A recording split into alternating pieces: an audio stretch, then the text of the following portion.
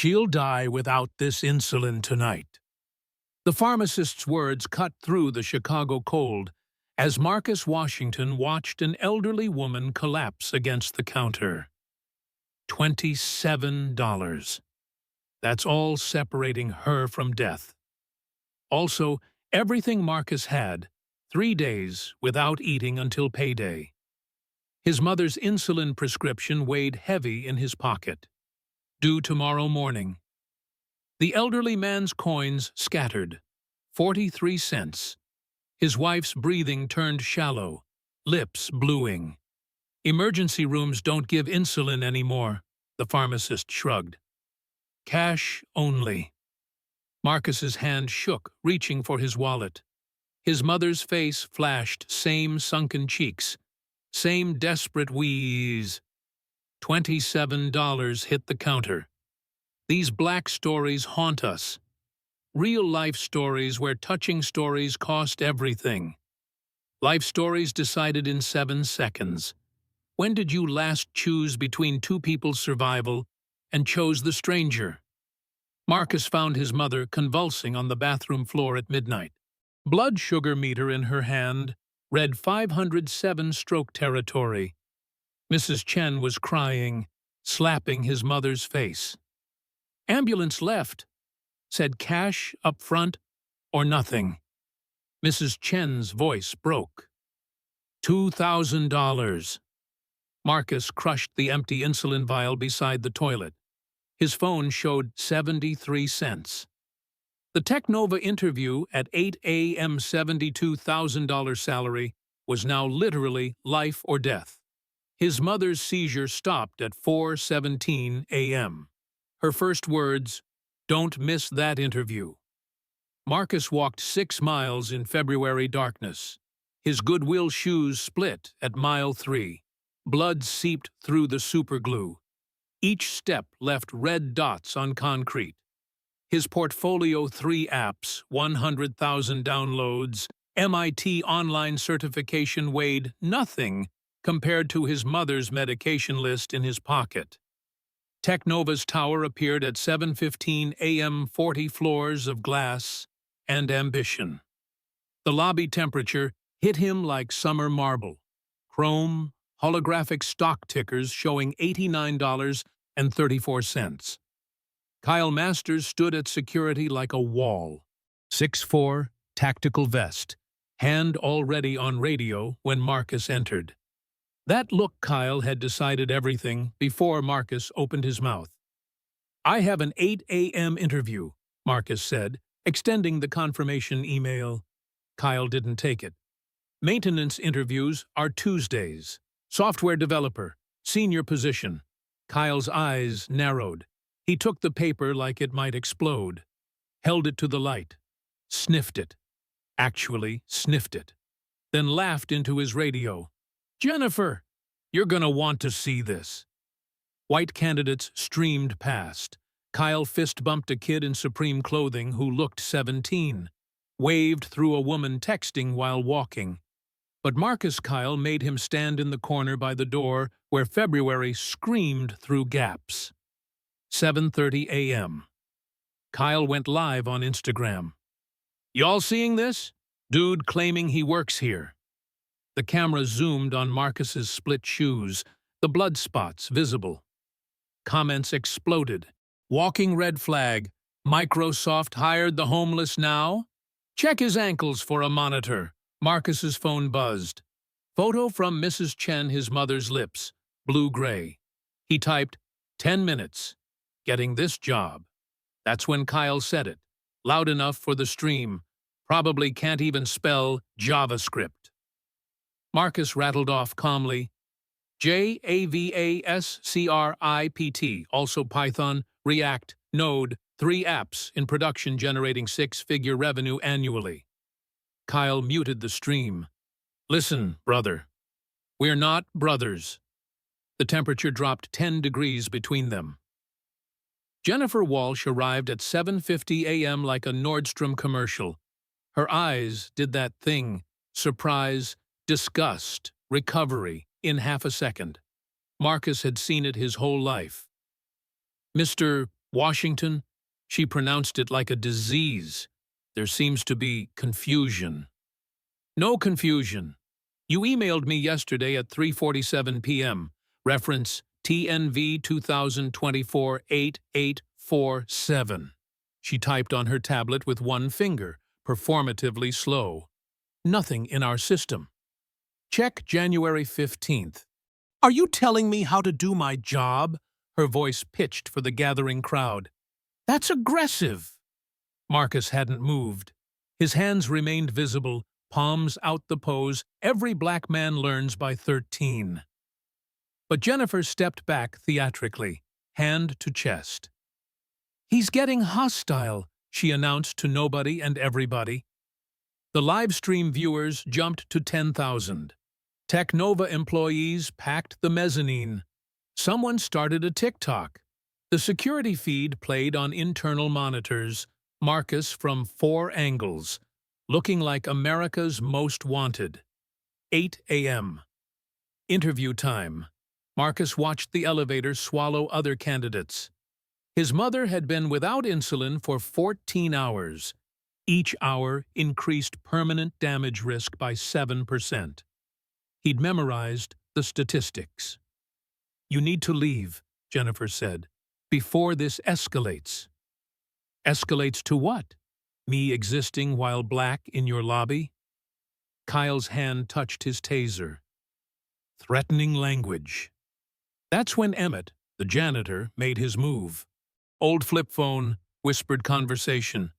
Mr. Morrison? It's happening again. Your lobby. Young brother. You said to call if I ever saw... He paused. Yes, sir. Just like your son in 87. But Marcus only heard Kyle's radio. 1067 in progress. Send backup. The revolving door spun. 2 Chicago PD officers entered, hands on weapons. The white one, badge reading Kowalski, looked directly at Marcus. We got a trespasser? Marcus thought about the elderly couple from last night.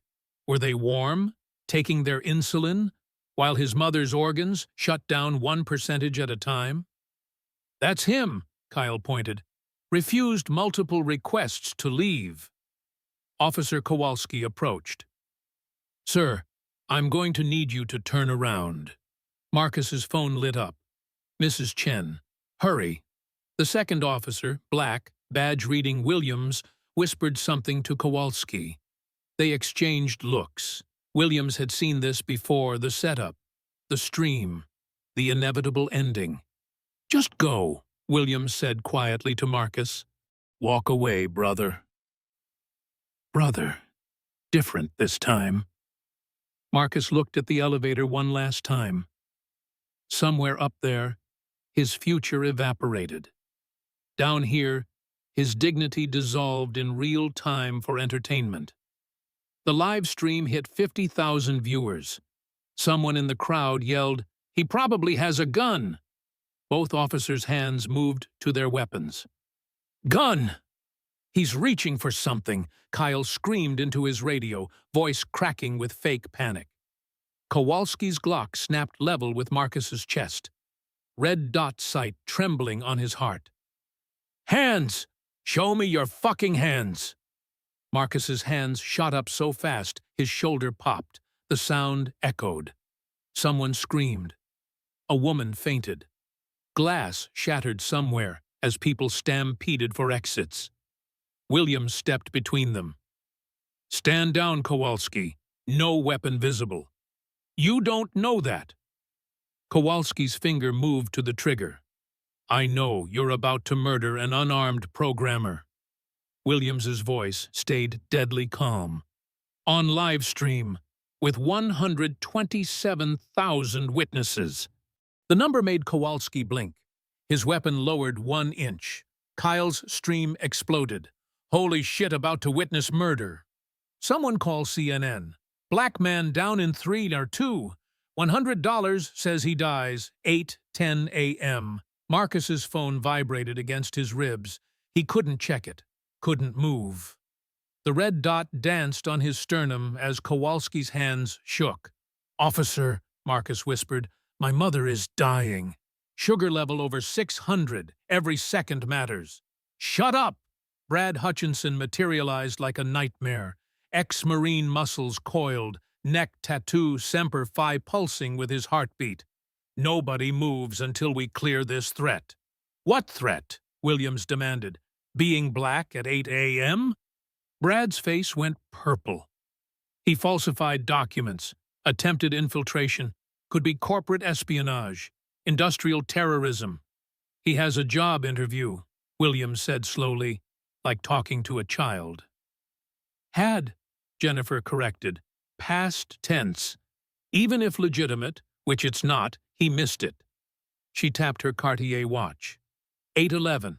Interview windows close after 5 minutes. Marcus felt something die in his chest. Not his heart. His hope.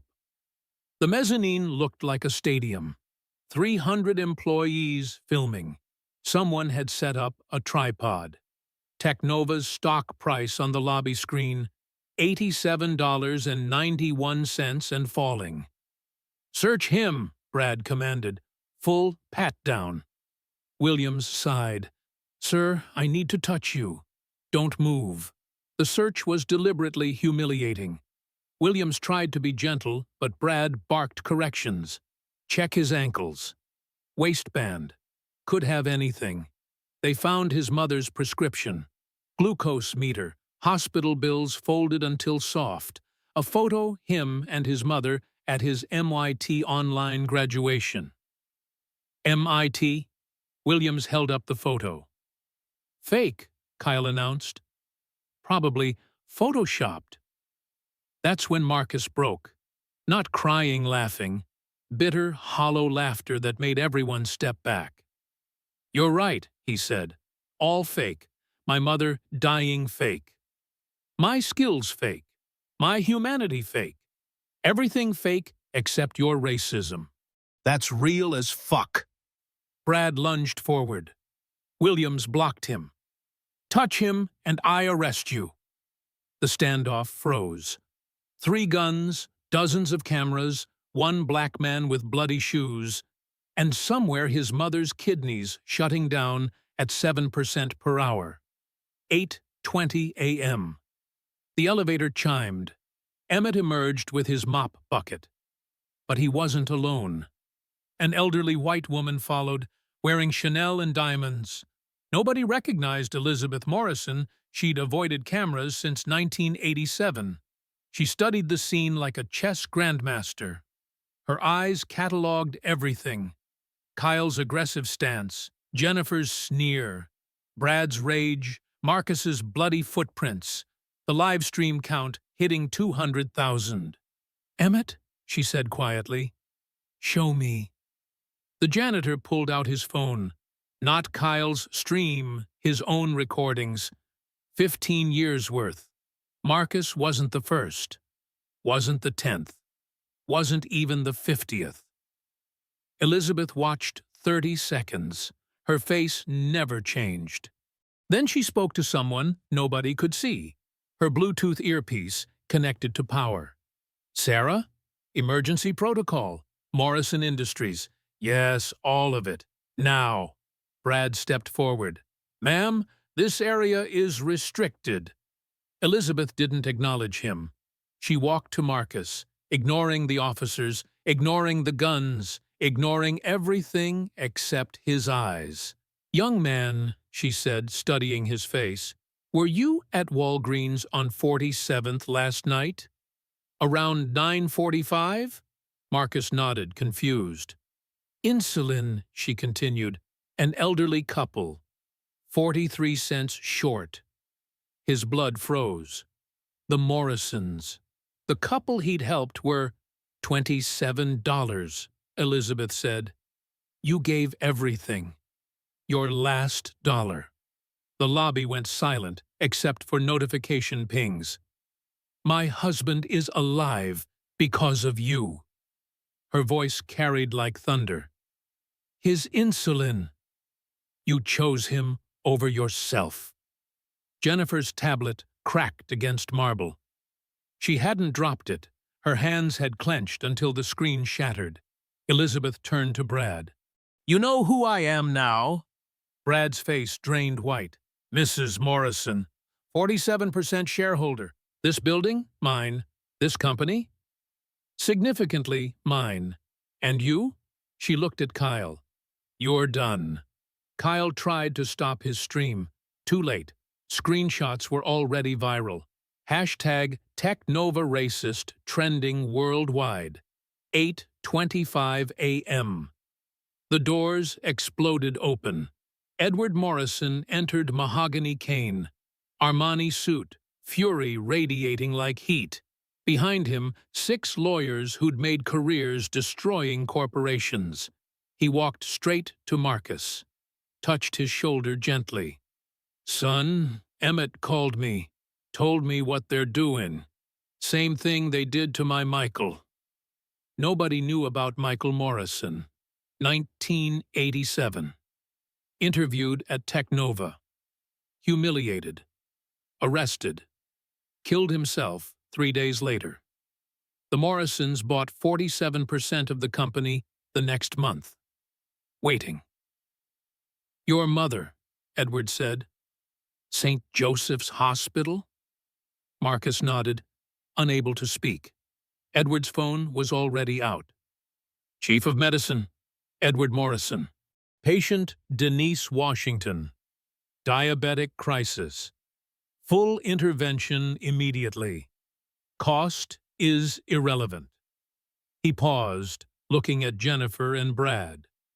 "Send the bill to Technova." "Attention, Jennifer Walsh." Jennifer collapsed into a chair. The stock ticker showed $85.74. Free fall. Marcus's phone rang. "St. Joseph's." "Mr. Washington? Your mother is stable. Private room. Full medical team. A donor has covered everything indefinitely." His knees buckled. Not from relief, from rage. $27 last night. His mother almost died today. For what? Kyle's entertainment? Jennifer's prejudice? Brad's power trip? "The interview," Elizabeth said, loud enough for every camera, "is no longer necessary. Marcus, you're hired. Chief Technology Ethics Officer. My direct appointment." Jennifer gasped. That's a C-suite position. He can't what?" Elizabeth's voice could have frozen hell. "Can't be black in the C-suite? Can't earn $450,000? Can't be your boss's boss's boss?" The live stream exploded past 300,000. Comments scrolled too fast to read. Brad tried one last play. "The board won't approve." "I am the board," Elizabeth said. "Emergency meeting. 20 minutes. You're fired, Bradley. So are you, Jennifer. Kyle, security will escort you out. The same security you weaponized." She turned to the cameras, addressing the world. "Technova has a cancer. Today we cut it out." Marcus stood surrounded by shattered tablets, viral videos, and blood from his shoes. But standing, his mother would live. His future had arrived. And somewhere, the elderly couple who'd been 43 cents short were changing corporate America with $27. The revolution cost less than $30. The boardroom doors sealed with magnetic locks. 23 executives trapped inside with Elizabeth Morrison's fury. CEO Robert Sterling hit the door release. Nothing. "Sit down, Robert." Elizabeth's voice could have frozen plasma. "You're going to watch something." The lights dimmed. Wall screens erupted with footage, not from today, but from February 15, 1987. Grainy VHS quality. A young black man in the same lobby, same corner where Marcus had stood. Security guards surrounding him. The timestamp read 8 a.m. "That's Michael Morrison. Our son." Edward's voice broke. "Your company murdered him. Sterling's face went corpse white. We had nothing to do with— Shut up. Elizabeth clicked her remote. The video continued. Michael Morrison, MIT valedictorian, being handcuffed, dragged out. The camera caught his face, tears streaming, mouth forming the words, "I just wanted to interview."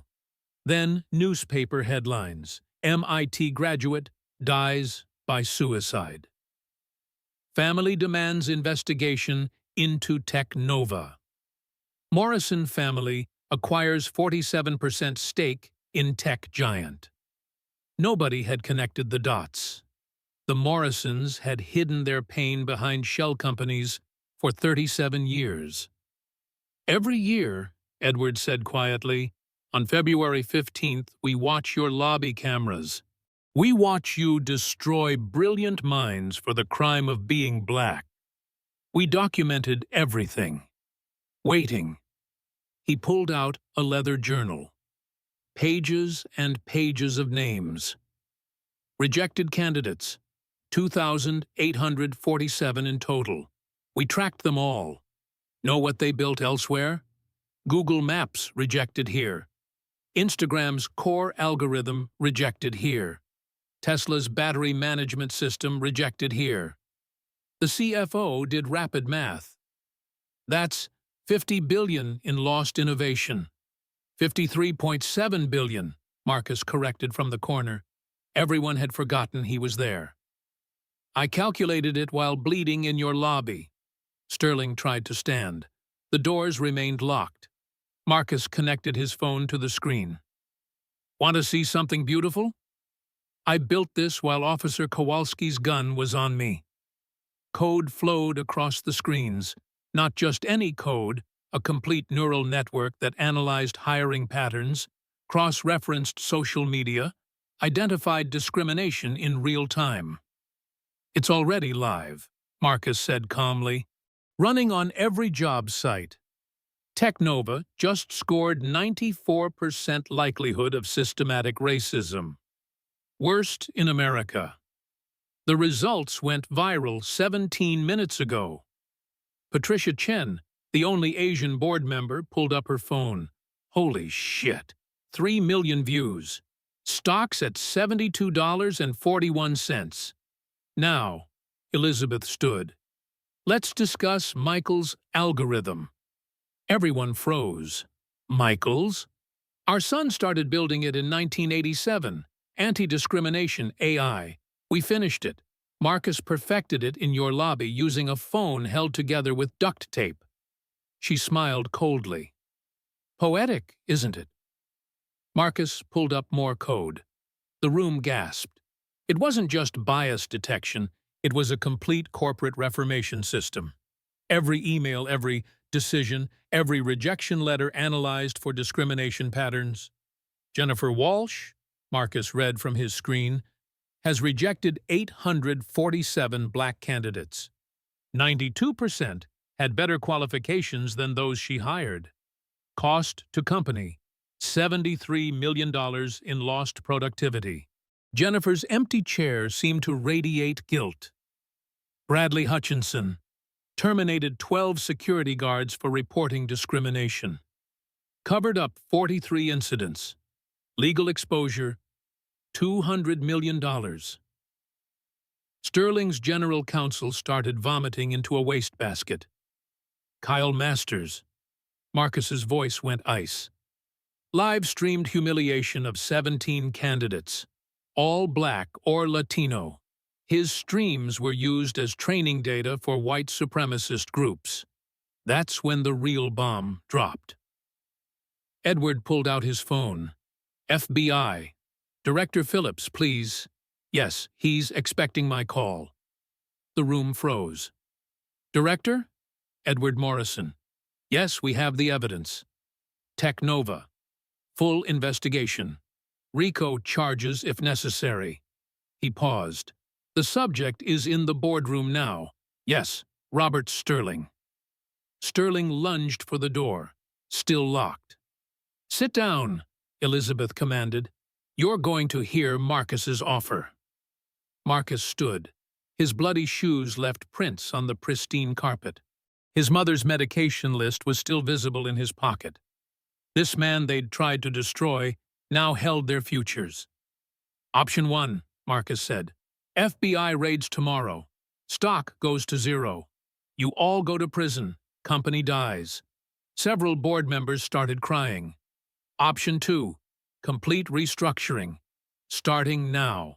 Sterling resigns. Entire HR department fired. I become CTO with full autonomy. We hire back every qualified candidate you rejected. And, he paused, we make Michael Morrison's dream real. What dream?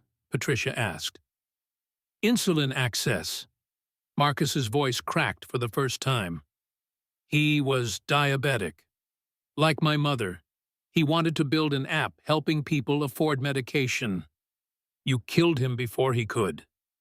Elizabeth added, Technova will fund free insulin for every diabetic in Chicago. Forever. The Michael Morrison Foundation. The stock ticker showed $69.45. Free fall. But something unexpected happened. Marcus's live stream, someone had been recording him in the boardroom, went nuclear. Number sign justice. For Michael exploded. Young investors started buying. Massive purchases. They're investing. The CFO stared at his screen. Gen Z doesn't want your old Technova, Marcus explained. They want ours. The one that admits mistakes. Fixes them. The one where a black kid from Southside runs technology. Stock, $71.20. Then $73.45. Then $76.89. Climbing. Sterling finally spoke. You planned this. The whole thing. No, Edward said sadly. We planned to document discrimination until we died. Marcus changed everything with $27. Marcus pulled out his phone. My mother texted from the hospital. Know what she said? Baby, forgive them. Hatred kills the hater. He looked at Sterling. So I'm not destroying you for fun. I'm rebuilding because it's right. The vote was called. Unanimous. Even Sterling voted for his own termination. The alternative was federal prison. Patricia Chen became CEO. First Asian American woman running a major tech firm. Her first act, Marcus, what do you need? Emmett, Marcus said immediately. The janitor who documented everything. He becomes Chief Compliance Officer.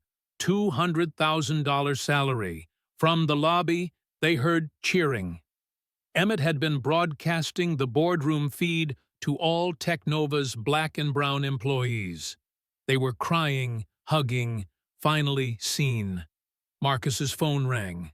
His mother. Baby, the Morrisons just told me about their son. Oh, Marcus, you saved them like they saved us. No, Mama. We all saved each other. The doors finally unlocked. Sterling walked out to find security, his former employees waiting to escort him out. The same corner where Marcus had bled. Kyle Masters was already in custody. Jennifer Walsh's computer had been seized.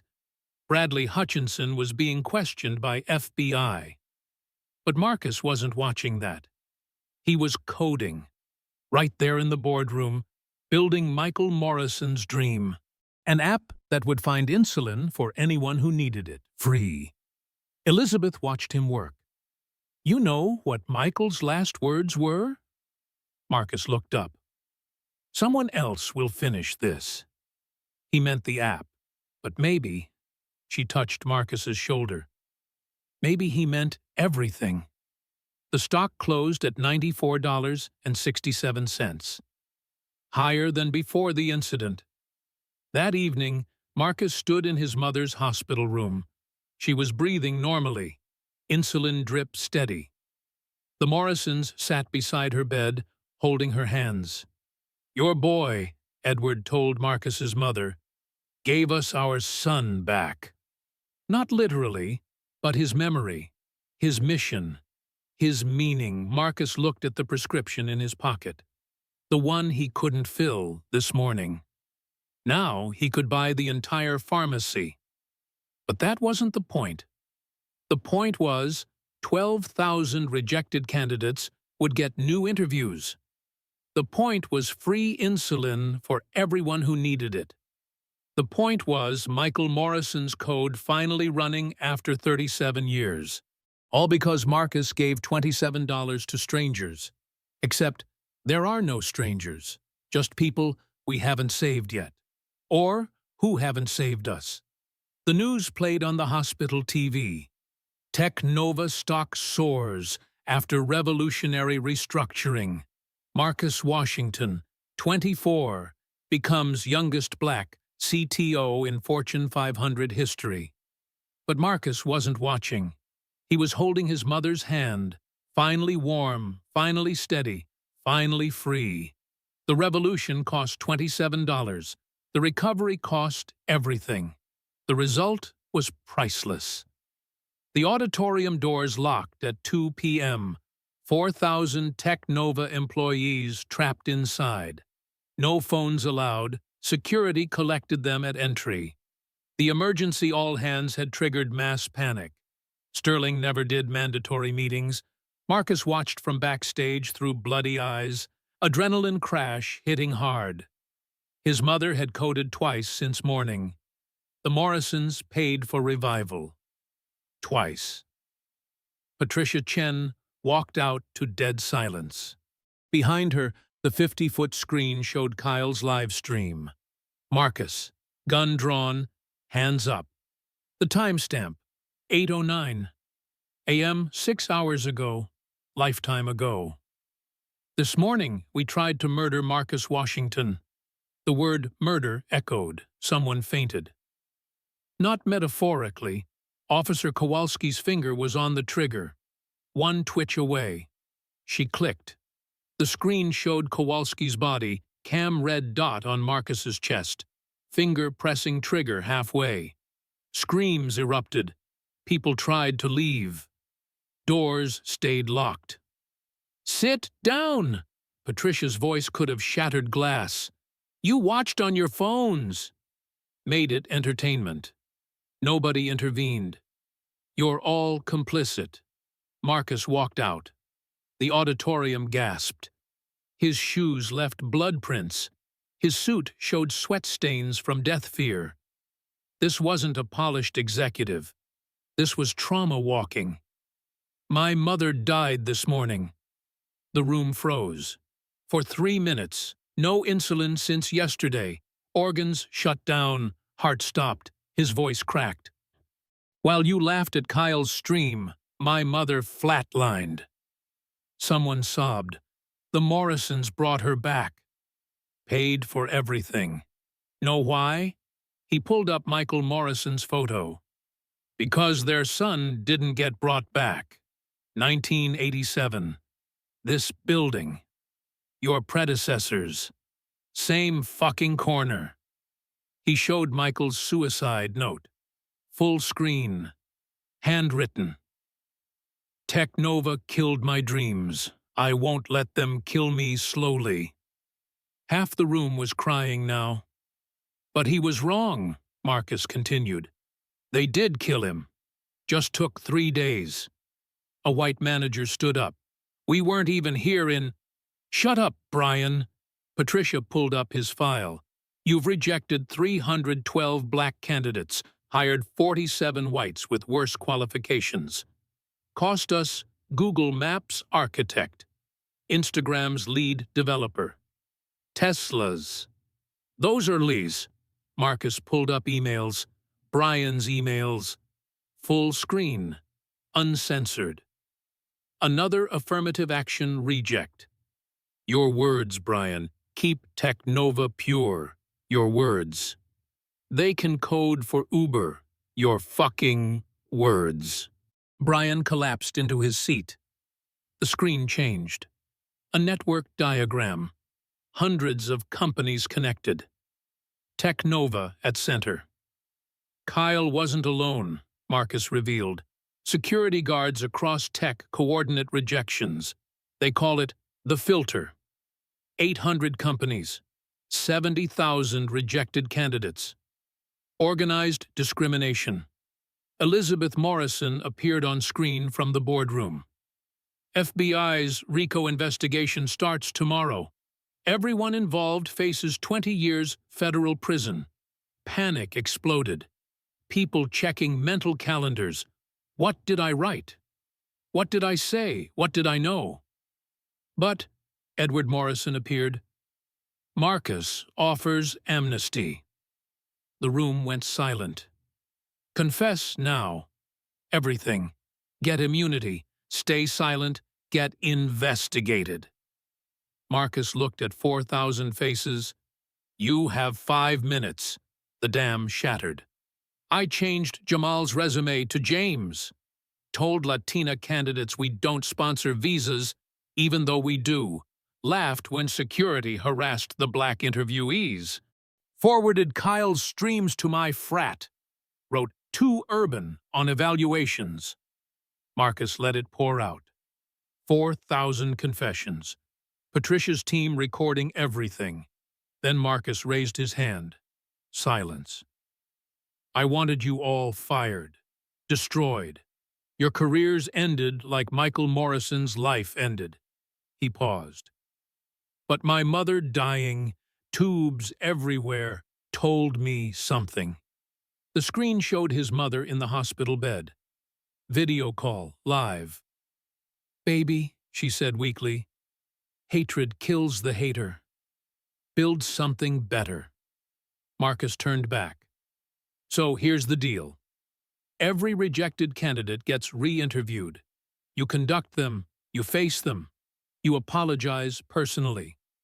That's thousands. 12,437. Marcus exploded. Their names are Michael Thomas, software engineer, rejected for cultural fit. Maria Santos, data scientist, rejected for communication concerns despite being trilingual. David Chang, systems architect, rejected while White Dave with no degree got hired. Want more? I have all 12,437 stories. The screen showed faces. Thousands of faces. Rejected talent. Lost dreams. Monday, we moved to South Side, Patricia announced. Where talent like Marcus comes from. That's insane, shouted someone. It's dangerous. Marcus laughed bitterly. Dangerous? This morning, you almost murdered me in your marble lobby. Which is more dangerous? A young developer stood up. Mr. Washington, I walked past you this morning, saw everything, did nothing. I'm so sorry. What's your name? Jessica. Jessica, you start fixing it tomorrow. Build the app for free insulin distribution. I don't know how. You'll learn. Michael Morrison's notes are in the system. Finish what he started. The stock ticker showed $112.34. Highest ever. Someone from legal stood. This opens us to billions in lawsuits. Good, Elizabeth Morrison interrupted on screen. We'll pay every penny. Michael's life insurance was $50,000. That's what Technova valued him at. We're going to pay real value. Billions. Marcus's phone buzzed. The FBI director himself. Mr. Washington, we found more. The filter network includes government contractors, defense, healthcare, infrastructure. This is national security now. Marcus put it on speaker. 4,000 people heard their industry collapse. Open source everything, Marcus commanded. Algorithm, evidence, tools, free to every company. Let sunlight burn out the infection. A senior vice president stood. You can't just watch me. Marcus executed code on his phone. The discrimination detection algorithm went live on GitHub. Done. Already 50,000 downloads. Sterling appeared at the door. Security wouldn't let him in. Let him enter, Marcus said. Sterling walked the gauntlet of 4,000 employees who'd worshipped him yesterday, reached the stage. I built this company on excellence, Sterling said into the mic. I thought that meant exclusion. I was wrong. He turned to Marcus. My son has type 1 diabetes. Your insulin program will save his life. How do I help? Marcus studied him. The man who'd destroyed so many dreams, whose policies killed Michael Morrison, whose company almost killed Marcus's mother. Donate your severance, all 200 million, to the Michael Morrison Foundation. Sterling didn't hesitate. Pulled out his phone. Transferred everything. Done! The auditorium erupted. The untouchable CEO giving away everything. Marcus's mother appeared on screen again. Robert Sterling? You fired my boy? Sterling looked at the dying woman. Yes, ma'am. I'm sorry. Good. Now you can learn. She smiled weakly. Marcus will teach you. Won't you, baby? Marcus looked at his mother. At Sterling, at 4,000 employees, at bloody footprints he'd left on stage. First lesson free. Talent has no color. Genius has no gender. Innovation has no prejudice. He pulled up the company's new logo, Technova's name, in every color. We're going to prove it. The meeting ended with Marcus collapsing. Exhaustion. Dehydration. Trauma. Emmett caught him. We got you, Emmett whispered, just like you got us. As employees filed out, each stopped at tablets by the door, signing confessions, accepting responsibility, committing to change. The last person leaving was Brian, the racist manager. Mr. Washington? Marcus, leaning on Emmett, turned. I have a black daughter. Adopted, never told anyone here. Was afraid it would hurt my career. Brian was sobbing. What kind of father am I? What world am I leaving her? Marcus straightened despite exhaustion. A better one, starting tomorrow. By 6 p.m., Technova's transformation led every news outlet. Stock closed at $127.89. The algorithm had been downloaded 500,000 times. Marcus stood in the hospital beside his mother's bed. The Morrisons sat opposite. Between them, tablets showing thousands of messages from rejected candidates. We're ready to come back. Thank you for fighting. My children will have a chance now. Marcus's mother squeezed his hand. $27, baby. That's all it took. No, Mama. It took everything. Michael Morrison's life. Your life, almost. My dignity. Everything. Elizabeth Morrison spoke softly. But look what we bought with everything. On screen, 12,000 interviews scheduled. Free insulin for 100,000 diabetics. The filter network collapsing. Justice. Revolution doesn't come cheap, but it comes. Marcus Washington couldn't enter the new Southside headquarters without crying. 6 months later, still happened. The bronze footprints where he'd bled. Michael Morrison's name carved above the door. 43 cents embedded in glass, the Morrison couple's change from that night. Mr. Washington, Keisha Williams, she'd legally changed it back from Kate, held tissue out. The first candidates here. Through renovated warehouse windows, Marcus saw him. Jerome Thompson, 47, MIT PhD rejected 18 times for being overqualified. Translation: too black for leadership. Jerome was crying too. The interview room held unexpected judges. Brian, the racist manager, sitting across from Jerome. Brian's daughter Aisha, 8 years old, beside him with crayons and evaluation forms Patricia designed for kids. "Why do you want to work here?" Brian asked, voice shaking. "Same reason I wanted to 18 times before." Jerome pulled out a folder every rejection letter. "Except now, you might see me." Aisha looked up from drawing. "Papa, he has pretty brown skin like me." Brian broke. "I'm sorry. God, I'm sorry. I rejected you 6 times personally." Jerome leaned forward. "I know. Your signature's on every letter." They sat in silence. Then Jerome extended his hand. "Let's build something better." Meanwhile, Marcus visited Kyle Masters in federal prison. Bulletproof glass between them. Kyle had lost 60 pounds, eyes hollow. "Come to gloat?" Kyle asked. "Come to inform. Your mother's diabetic. Diagnosed last month. We're covering her insulin. Free. Forever." Kyle's face crumpled. "Why?" "Because your hatred doesn't define her worth. Or mine." Kyle sobbed ugly, shoulders-heaving sobs. "I live-streamed your humiliation to 300,000 people. I know. They're all using my algorithm now. Your hatred built our solution." Back at headquarters, Jennifer Walsh stood outside in Walmart uniform holding a sign. "I'm sorry." She'd been there every day for a month. Security had orders not to remove her. Emmett approached her with coffee. "Ms. Walsh, it's 30 degrees. I destroyed thousands of careers."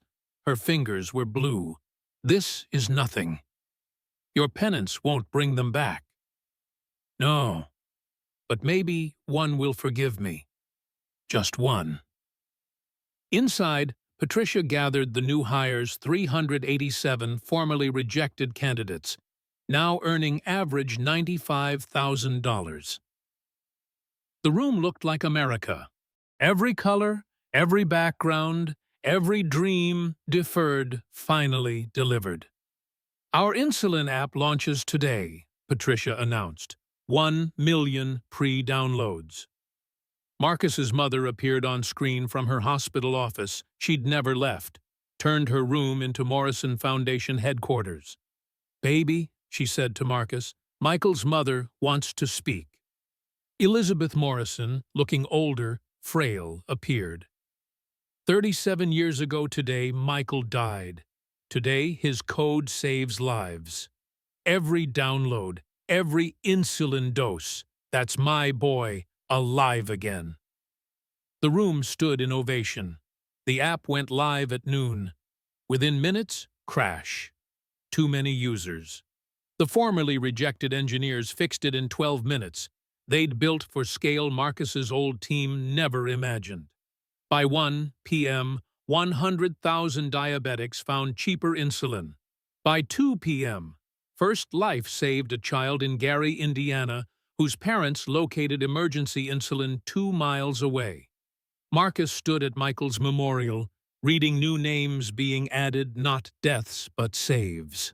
Maria Garcia found insulin, lived. David Kim found insulin, lived. Michael Morrison's dream, lived. Sterling arrived with his son, Timothy, 9, type 1 diabetic. Alive because of the app. "Mr. Washington," Timothy said, "my dad says you're a hero." "No, I'm just someone who gave $27 to strangers." "That makes you a hero to me." At 3 p.m., strange news. Brad Hutchinson had volunteered for a dangerous military mission in Syria, seeking redemption. He'd left a note. "Marcus Washington showed me mercy I didn't deserve. Maybe I can earn it." He didn't come back. but he saved 12 soldiers before the end. Marcus felt nothing, then everything, then stood at Brad's name being added to a different memorial complicated legacy, but legacy nonetheless. The day ended with numbers. Stock at $201.23. Lives saved, 1,847. Insulin delivered, 500,000 doses. Companies using the algorithm, 50,000. But Marcus sat with his mother, holding her warm hand-steady pulse, clear breathing, alive. "Mama, was it worth it? Everything we lost?" She squeezed back. "Baby, we didn't lose. We paid. Big difference." Outside, Chicago's skyline glowed. Somewhere, diabetics weren't dying. Somewhere, rejected dreams got callbacks. Somewhere, Michael Morrison's code ran eternal. All because Marcus Washington gave his last $27 to love instead of keeping it for fear. The revolution wasn't over. It had just begun scaling. 1 year later, Marcus Washington collapsed at Michael Morrison's grave, sobbing like the morning his mother died for 3 minutes. Congress testimony in 2 hours. "Couldn't breathe. Get up, baby." His mother's voice. She'd found him here, knowing he'd break before facing senators who wanted him to fail. "Mama, I'm tired. So fucking tired." "I know. Michael was too." She pointed at the headstone, fresh code etched daily by pilgrim programmers. But tired people change the world. Rested people maintain it. At Congress, the Texas senator attacked immediately. "Mr. Washington, you've destroyed meritocracy. Senator, you rejected from Princeton a black woman who invented 3 patents you're currently using." Marcus pulled her file. "Meritocracy or melanin?" The room exploded. The senator's face went white. His son had been admitted instead. That's different. How?" Marcus stood. "Explain how to her. She's sitting right behind me." Dr. Amara Johnson rose. 3 patents, 4 degrees. Rejected for the senator's legacy admission son. "Senator," she said quietly, "your phone runs my code." "You're welcome." After testimony, Marcus returned to the pharmacy. 9:47 p.m., same time as that night. The elderly pharmacist waited. "Every night, someone comes here $27 short," he said. "Every night, someone else covers it." "Who started this?" "You did. That couple you saved? They came back, saved someone else." Chain never broke. A young Asian man counted pills for his daughter's leukemia medication, $27 short. His hands shook. Same shake Marcus remembered. But before Marcus could move, a homeless woman stepped forward, placed crumpled bills on the counter. "I got you." The man broke down. "Why, someone got me last month. White kid. Said someone got him. Black woman. Said someone got her." She smiled. "Apparently, some dude started it all over insulin." Marcus left without revealing himself. At Technova, the numbers told stories. 50,000 hired globally. Suicide rates in tech down 73%. Innovation index up 500%. But other numbers hurt. Kyle Masters, dead by suicide in prison, couldn't live with what he'd done. Jennifer Walsh disappeared in Ghana. Some said still teaching, others said couldn't forgive herself. Brad's widow remarried, trying to forget. Not everyone gets redeemed. Revolution has casualties. Elizabeth Morrison was dying. Hospital bed. Machines beeping. She grabbed Marcus's hand. "Was it worth it?" "Michael, for all this?" Marcus couldn't lie. "No, Michael should be here." "Thank you for not lying," she smiled. "But Michael is here." Every higher, every insulin dose, every dream restored. My boy lives in the revolution. She died at midnight. Edward followed 6 hours later. Couldn't live without her. Marcus stood at 3 graves now. Michael, Elizabeth, Edward. The $27 had cost everyone everything. His phone showed the final tally. Morrison Act passed. Algorithmic discrimination now federal crime. Mandatory testing. Mandatory transparency. The revolution was law. But Marcus just felt empty. Until his mother texted, "Baby, look outside." 27,000 people stood outside Technova, each holding $27, singing "We Shall Overcome." These black stories became universal stories. Real-life stories, proving touching stories, change laws. Life stories showing $27 bought justice.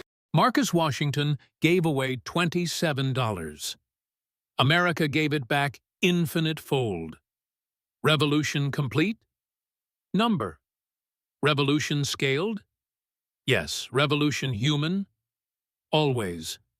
What $27 will you give today? Who will you save when you have nothing? Comment your story. Share this truth. Subscribe to justice. We rise together or fall apart. At $27, at Michael Morrison, Eternal, # your turn now.